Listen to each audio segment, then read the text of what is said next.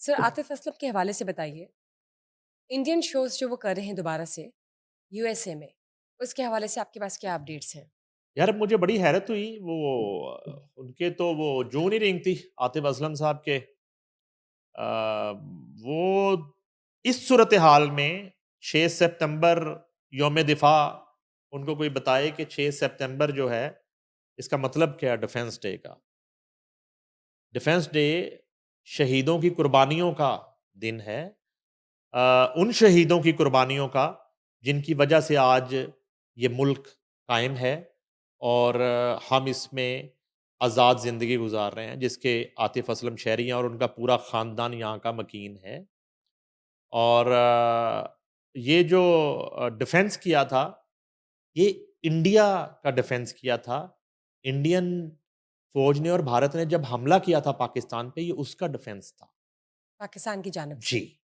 ये आतिफ असलम को मैं बताने की कोशिश कर रहा हूँ। जी। गुलूकार आतिफ असलम, महान गुलूकार जो हैं, उनको बताने की कोशिश कर रहा हूँ। और उसके बाद जो है 6 मई को 7 मई को जो कुछ हुआ और 10 मई यानी कि अब ये जो 6 सितंबर है, ये हम मार्का ए यौम हक, दिफा और हम यौम फतह दोनों मना रहे हैं। यकीनन। ऐसी सूरत हाल में आतिफ असलम जो हैं, वो इंडिया के साथ उनका बिज़नेस कंटिन्यू है, कभी नहीं रुका। और कभी वो इंडियन शोज़ में न्यूयॉर्क में पाकिस्तानी परचम थामने से इनकार कर देते हैं और अब वो पहुंच गए हैं अमेरिका और कनाडा, जहां वो भारतीय प्रमोटर्स के शोज कर रहे हैं। और मैं समझता हूं कि मेरा ख्याल है शायद उन्होंने फैसला कर लिया है कि वो नेक्स्ट अदनान समी बनना चाह रहे हैं या बनने जा रहे हैं। उनका कोई बयानिया अब तक अ, सामने आया है? नहीं, वो असल में मीडिया को कुछ समझते नहीं है। वो बयानिया जो है ना, उनका यही है कि उन्होंने एक शो का जो है ना, वो 3 करोड़ 4 करोड़ रुपया माँगना होता है, 1 घंटा गाना होता है। और यहाँ पे एफबीआर बिल्कुल खामोश है। ज़रूरी काम से एफबीआर इन लोगों के लिए बिल्कुल आराम कर रही है या पता नहीं फिक्स मैच चल रहा है। तो मैं सिर्फ अभी के शोज़ जो भारतीय प्रमोटर्स के शो हैं, जी। इंडियंस के शोज़ करने के लिए गए हैं आतिफ असलम। इंडियंस को गाना सुनाने गए हैं उस वक़्त जब हम इंडिया के हमले का दिन मना रहे हैं, यौम दफा। यौम दिफा, जो इंडिया ने पाकिस्तान की सालमियत और पाकिस्तान के शहरों पे हमला किया था। और पहला शो जो है उन्होंने डैलस में किया है। और दूसरा शो उन्होंने किया है ह्यूस्टन में 29 अगस्त को। उसके बाद ये भारतीय शो करेंगे 31 अगस्त को वैंकूवर में। उसके बाद 6 सितंबर जो है, जिस दिन हम भारत की उस घिनौनी साजिश के खिलाफ, भारत की उस घटिया हरकत के खिलाफ, भारत की उस मजमूम कोशिश के खिलाफ पूरी कौम यौम दिफा मना रही होगी, 6 सितंबर वाले दिन आतिफ असलम इंडियन प्रमोटर का बुक किया हुआ शो करेंगे न्यूयॉर्क 6 सितंबर। ठीक। 7 सितंबर टोरंटो, फिर 13 सितंबर डैलस। असल में वो डैलस का जो 12 जुलाई वाला वो कैंसिल हो गया था। ये मैं क्लियर अब कर दूं, जाके जो मैंने होंगे हाँ, सितंबर में शुरू में रीशेड्यूल। बताऊं, हाँ, रीशेड्यूल। और उसके डेट्रॉइट 19 सितंबर और शिकागो 20 सितंबर, न्यू जर्सी 21 सितंबर और उसके बाद सेटल है 27 सितंबर, लॉस एंजलिस 28 सितंबर, ऑकलैंड 4 अक्टूबर, कैलगरी कनाडा 5 अक्टूबर। ठीक। इनमें जो मोस्टली शोज हैं वो भारतीय प्रमोटर्स के हैं, इंडियन फंडेड है, भारत का पैसा इसमें लगा हुआ है। और जैसा कि मैंने बहुत पहले आपको बताया था कि ये जाके जो मीट एंड ग्रीट होते हैं, ये शवाहद हैं इस चीज़ के कि ये पाकिस्तानी आर्टिस्ट जो हैं, इनको ये समझ नहीं आती। उन मीट एंड ग्रीट्स में और प्रेस कॉन्फ्रेंस में इनके दाएँ और बाएँ जो लोग बैठे होते हैं, उनके ताने-बाने कहाँ से जुड़ते हैं? रा से जुड़ते हैं, आरएसएस से जुड़ते हैं। तो नरेंद्र मोदी के प्रमोटरों के लिए आतिफ असलम शो करने के लिए इस वक़्त रमा-दमा है। और वो इंडियन जो डॉलर्स हैं, इस वक़्त वो धड़ाधड़ कमा रहे हैं और इंडियन अकाउंट से पैसे ट्रांसफ़र हो रहे हैं। और वो जनाब आली, इस वक़्त मैं पूरा शेड्यूल आपको दे दिया है। इक्का दुक्का इसमें कोई आपको पाकिस्तानी नाम वाला प्रमोटर मिलेगा, मगर वो पाकिस्तानी होगा नहीं। ओवरऑल जो जिस प्रमोटर ने ये शोज बुक किए उसका नाम है प्यूरोकॉल। प्यूरोकॉल। यस, ठीक प्यूरोकॉल है। जो है ये वो शख्स है जिसका जंग के फौरन बाद 10 मई की जंग के बाद इनका कोई झगड़ा भी हुआ, फटा भी हुआ।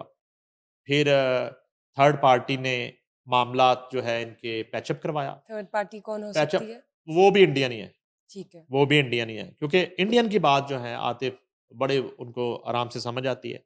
इंडियन मीडिया भी उनको बहुत पसंद है और इंडियन प्रमोटर से उनके बड़े गहरे मरासम हैं और ये अलबत्ता इसमें कभी ना कभी वो अपनी मासूमियत ना शो कर दें कि मुझे ये नहीं पता कि ये पैसा कहाँ से आता है, इस पैसे ये फंड्स कहाँ से आते हैं और इसके ताने-बाने कहाँ से मिलते हैं। वो कह देंगे कि मैं तो फ़नकार हूँ, मुझे इन चीज़ों का नहीं पता। फ़नकार मासूम होता है, वो इनके पास ये जवाज़ है इन फ़नकारों के पास। End of the day show book कर ली है उसने, वो वहाँ के जो लोकल प्रमोटर थे वो पेमेंट्स नहीं कर रहे बर वक़्त, जिसमें उसे मसला आ रहा है। तो वो बड़ा उसने ड्रामा किया प्यूरोकॉल ने और इस तरह उसने कहा वो अपने घर की वो जो है वो स्क्रीनें तोड़ रहा, टीवी तोड़ रहा, उसकी बीवी कह रही है कि मत करो। तो इस तरह की सूरत-हाल बनी। अब वो दोबारा पैचअप हो गया। अब जो है आपके जो कौमी सिंगर हैं आतिफ असलम साइमल्टेनियसली इधर भी वो कोई तराना कर देंगे एक आध करके भेज देंगे फॉर्मेलिटी पूरी करने के लिए और अल्लाह के फजल से वो तराना रिलीज भी कर दिया जाएगा उन्हें क्लीन चिट देने के लिए। तो बहरहाल ये बदकिस्मती की बात है कि ये जो कौमी गैरत है और ये जो धरती से मोहब्बत है इसकी जिम्मेदारी सिर्फ जो है वो मस्कीन और जो है एक आम फनकार पे और आम लोगों पे आयद होती है, इन लोगों पे आयद नहीं होती। ये बरियो-ज़िम्मा है और ये जो है ना जाके जिस तरह मर्ज़ी दंदनाएँ और आप किसी इंडियन आर्टिस्ट को बुक करके दिखाएँ। आप करें ना फ़ोन, अपने चैनल के लिए करें। आप करें ये आपके चैनल्स कर रहे हैं ना ये पाकिस्तान आइडल तो ये करें फ़ोन, उनको कहें कि हमें वहाँ से चाहिए हमें रश्मिया चाहिए, हमें अरिजीत चाहिए, हमार सानू चाहिए जजेस के लिए तो। कोई आप काम करके दिखाए आपके साथ, कोई नहीं करेगा। कोई इंडियन फ़नकार आपके साथ काम करने को तैयार नहीं है। सर, सैलाब की सूरत हाल इस वक्त क्या है पंजाब में? सैलाब से जो लोग मुतासिर हुए हैं, वो किस हाल में हैं? और दरियाए सतलज की तरफ जो पानी का रुख अब हो चुका है, वो कितना क्यूसेक का हम कह सकते हैं कि रेला होगा? अच्छा, अभी तक जो सूरत-ए-हाल है ना बुशरा सतलुज की, वो इतनी ज़्यादा क्रिटिकल नहीं है, जितनी 2 रोज़ बाद हो सकती है। 2 से 3 रोज़ के अंदर जो है सूरत-ए-हाल जो पानी मेरी पहुँचेगा। एग्ज़ैक्टली। तो जो है इंडिया की तरफ से मुबैना इत्तलात हैं कि कोई नए फ्लड की इत्तला जो है पाकिस्तान वाटर कमीशन को दी गई है और वो सतलुज जो है उसका वहाँ पॉइंट से, बनता है। ठीक। तो अब ये है कि रावी की सूरत-ए-हाल जो है वो तो कल तक ग़ालिबन जब आखिरी दफ़ा मैंने चेक किया था तो 60 से 70 हज़ार क्यूसेक पानी था रावी में। यानी कि उसका बहाव ये वो कंपैरिज़न है कि जब हालात ख़राब हुए तो 2,20,000 क्यूसेक तक ये बहाव था। तो आज काफ़ी अदरवाइज़ जो मुतासरीन आज हैं जी, जी। रावी के जो मुतासरीन हैं, बिल्कुल। चनाब के मुतासरीन हैं, उनकी जो है रिहैबिलिटेशन का ज़ाहिर बात है, अब अमल शुरू होना है, तो रावी में तो अब उस तरह का ख़तरा नहीं है। चनाब ने हाफ़िज़ाबाद का जो इलाका है उस वो काफ़ी मुतासर हुआ है और सैकड़ों देहात बताए जाते हैं कि वो जो है बह गए हैं सैलाब में। मगर ये है कि अब सतलुज के बाद जो है सिंध और उसके बाद जो है सिंध के कुछ इलाके जो हैं, वो काफ़ी रिस्क पे हैं। पंचनाद का भी आपने कहा था एग्ज़ैक्टली। कि अब ये है कि वो तो आखिरी स्टेज जाके होगी जी। जब वो पंजनत के मुकाम पे वो रेला पहुँचेगा। तो अलबत्ता ये है कि 4, 5 और 6 सितंबर जो है, क्रूशियल है। 6 सितंबर ये जो 3 दिन हैं, ये काफ़ी सिंध के हवाले से, सतलुज के हवाले से काफ़ी क्रूशियल हैं और सिंध हुकूमत जो है वो बार-बार अपने जो इक़दामात हैं, जो तैयारियाँ हैं, उससे हमें आगाह भी कर रही हैं और यकीनन वो उनके अरेंजमेंट्स जो हैं, प्रिपरेशंस हैं कोई इस तरह प्रिपरेशंस की? बड़ी अच्छी हैं।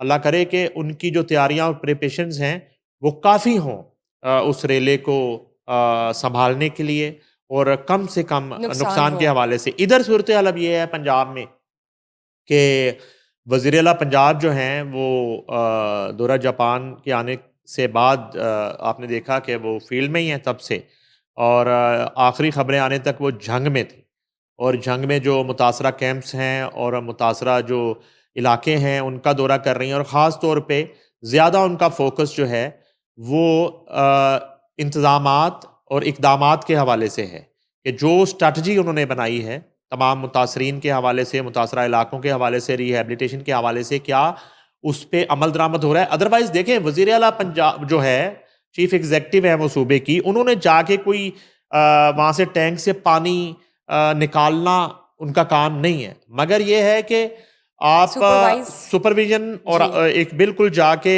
जिसको कहते हैं कि छापे मारना, चेक एंड वो बैलेंस चेक और एंड ये हाँ बैलेंस के जी, लिए वो छापे मार रही हैं, वो किसी पे ट्रस्ट नहीं कर रही, किसी पे भरोसा नहीं अच्छी कर बात रही, है। और वो अपनी तसल्ली के लिए और सूबे के अवाम के जो है वो इस वक़्त मुश्किल वक़्त में उनके साथ एक प्रैक्टिकल सॉलिडारिटी के लिए वो हर जगह पे मौजूद हैं फ़ील्ड के अंदर, जो कि बहुत ही खुशाइंद है। हम उन पे तनकीद भी करते हैं, हम बाज़ उनके जो है फ़ैसलों की उस पे बड़ा क्रिटिसिज़्म भी करते हैं, मगर इस वक़्त सूरत हाल ये है कि सही मानों में उन्होंने एक सूबे की चीफ़ एग्ज़ीक्युटिव होने का हक़ भी अदा किया है अभी तक, और अल्लाह करे कि जो वो उनका प्लान है और जो उन्होंने स्ट्रैटेजी मुरतब की है उन्होंने और उनकी टीम ने मुतासरीन को उनकी दोबारा से उसी तरह की एक फ़ाल ज़िंदगी में लाने के लिए, तो वो उस पे कामयाब पूरा हो। उतर सकें और जी। कामयाब हो सकें।